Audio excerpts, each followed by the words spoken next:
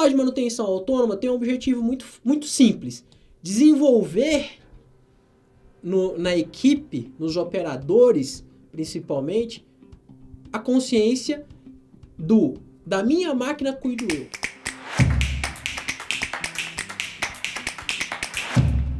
Vocês devem estar pensando, pô, ok, na teoria é fácil, mas quero ver eu convencer o João, que tá lá operando a máquina tal, a ele ter essa consciência. Ah, eu não vejo o Zé, que opera a escavadeira tal, fazendo isso daí, não. Ah, eu não vejo o Tião, que tá lá na injetora X, fazendo isso. A manutenção autônoma, muita gente acha que é você colocar os operadores para fazer trabalho de manutenção. Tá errado. Óbvio que eles vão começar a se envolver com serviços relacionados a manter o ativo em plenas condições de trabalho, só que eles não vão virar profissionais de manutenção. Eles vão ter que desenvolver o senso da minha máquina cuido eu. E como que eles desenvolvem isso? Através de 7 passos. Primeiro, limpeza inicial. Qual que é o objetivo da limpeza inicial quando a gente fala de manutenção autônoma? Restabelecer condições originais do equipamento. Limpar na manutenção autônoma é inspecionar. Quando a gente estiver falando de manutenção autônoma, não existe falar de limpeza sem inspeção e não existe falar de inspeção sem limpeza. Limpar é inspecionar. Então, nesse primeiro momento, a gente faz a limpeza inicial para restabelecer as condições originais de um determinado equipamento. Você tem lá um equipamento. Hoje a média da idade dos equipamentos industriais no Brasil, segundo a Abraman, é de 36 anos. Então, na média aí, você que está no chão de fábrica, você tem aí no seu chão de fábrica 36 anos em média de equipamento instalado. Ao longo desses 36 anos, muita coisa já é bem diferente de quando saiu do chão de fábrica, de quando saiu do fabricante. Muita coisa mesmo. Então, a primeira função é, peraí, deixa eu entender de fato o que é bom manter nessa máquina ou o que foi sendo absorvido, modificado, introduzido negativamente nessa máquina ao longo desse tempo que a gente pode melhorar. Primeiro passo é fazer a limpeza inicial. Depois que você faz a limpeza inicial, você vai pontuar aquilo que está certo, aquilo que está errado e vai descobrir, remover as fontes, as causas de sujeira. Aí você começa a perceber quais são as causas de sujeira naquela máquina, por que ela está daquele estado. Vão ser sujeiras, algumas das vezes, ligadas ao processo. Como assim ligadas ao processo? O próprio processo levanta aquele tipo de detrito. Por exemplo, trabalhei em indústria cimenteira. Indústria cimenteira, o pó do cimento paira no ar.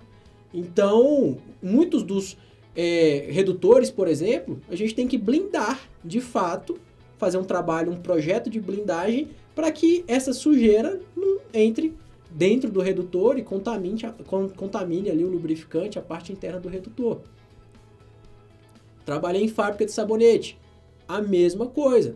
O pó do sabonete, muito fino, completamente abrasivo. Todo lugar que você olha, ele tá. Então você tem que começar a olhar, nesse caso, o que você vai fazer? Para tirar o pó de sabonete do processo, só se parar de produzir sabonete. Mas tem equipamento que você tem que dar um jeito daquele pó não comprometer o funcionamento. Vai blindar, vai enclausurar, vai colocar um sistema de ventilação forçada. Alguma coisa vai ter que ser feito. Nesse segundo passo que começam a discutir essas fontes de sujeira. Algumas fontes de sujeira são por problemas de manutenção. A falta de manutenção, no caso. Então, eu tenho lá óleo lubrificante no chão. Óleo lubrificante não é para estar no chão, é para estar dentro do equipamento. Por que esse óleo está no chão? Tem um retentor aqui que está com um problema. Tem que programar a substituição. Então, programa-se e isso é levantado dentro do segundo passo da manutenção autônoma. Depois, vai ser introduzida a gestão de reaperto, lubrificação, inspeção e melhoria das áreas de difícil acesso. Então, começa-se a treinar os operadores para fazer pequenos serviços relacionados a manter a condição básica de operação do equipamento. Então, por exemplo, lubrificação.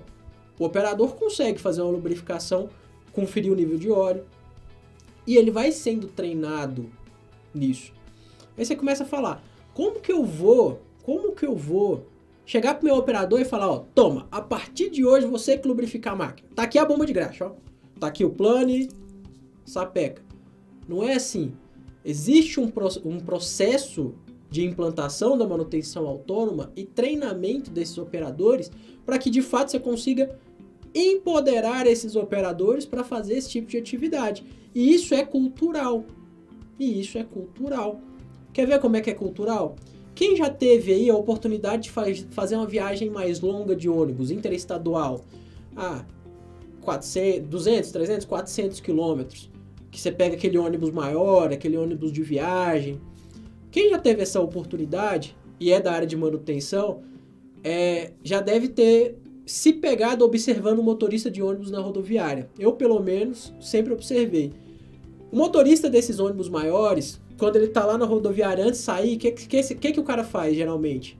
E se você for em 30 rodoviárias no Brasil, eu tenho certeza que você vai ver uma cena dessa. O cara abre o capô, confere óleo, confere água, pega uma marretinha de madeira, sai batendo nos pneus para ver se está calibrado certinho, liga o ônibus, vai lá no motor com o ônibus ligado, vê se não tem nenhum barulho. Eu vejo isso direto. Esse é um exemplo de manutenção autônoma. Talvez esse motorista ele nem saiba o que é manutenção autônoma, mas ele está fazendo. O que ele está fazendo? Está conferindo, está inspecionando o nível de óleo, está inspecionando o nível da água, está inspecionando se o pneu está calibrado ou não. Ele está fazendo a manutenção autônoma. E o termo que eu esqueci de citar anteriormente, o termo manutenção da palavra do TPM, esse manutenção não vem do setor de manutenção. Esse manutenção autônoma não vem do setor de manutenção. Vem de manter de forma autônoma aquele determinado equipamento. Então, quando nós estamos falando que o operador vai fazer ali um reaperto, vai fazer uma determinada lubrificação mais simples, que depende de uma bomba de graxa, vai fazer uma inspeção sensitiva comum. O que é inspeção sensitiva? Inspeção que depende só dos sentidos humanos: visão, tato, audição e olfato. Quando a gente assume que o operador vai fazer isso, significa que ele vai se transformar num profissional de manutenção? Não, a gente assume que isso é função básica para manter o equipamento funcionando, é função dele. Então, os 7 passos de implantação da manutenção autônoma têm o objetivo de treinar esse profissional e começar também a dar recursos para ele fazer isso. Aí você fala, tá, mas qual que é a vantagem do cara começar a lubrificar a máquina a partir de agora? A partir do momento que ele vê que o trabalho dele fica mais fácil quando ele assume esse tipo de atividade, você vai ver que ele vai querer fazer. Quando ele começa a perceber que a máquina dele produz mal muitas vezes porque está mal ajustada, produz mal muitas das vezes porque está sendo negligenciado algum tipo de manutenção ali, ele começa a perceber que se ele fizer e fizer bem e absorver de fato isso daqui, ó, da minha máquina cuido eu, ele vê que é vantajoso para ele. É vantajoso. Então, ele começa também a fazer alguns pequenos reparos. Quando eu falo pequeno, é pequeno mesmo. Tem lá, vamos imaginar que tenha uma envasadora de água mineral. Depois dessa envasadora, essa água passa em uma rotuladora que coloca esse rótulo. E o operador percebe que o rótulo está saindo torto. Ao inspecionar o motivo, né, ir atrás do motivo, ele percebe que o rótulo está torto porque tem um rolinho que faz o ajuste do rótulo, esse rolinho está folgado. Isso é um pequeno reparo. Ele reapertar esse rolinho, volta-se a produzir normal, ele consegue bater a meta dele de produção. Então é muito mais um trabalho cultural do que de fato um trabalho técnico, de você ir lá e implantar uma baita de uma metodologia complicada. Até porque a manutenção autônoma ela é muito simples. Não estou falando que é fácil, estou falando que ela é muito simples de ser implantada.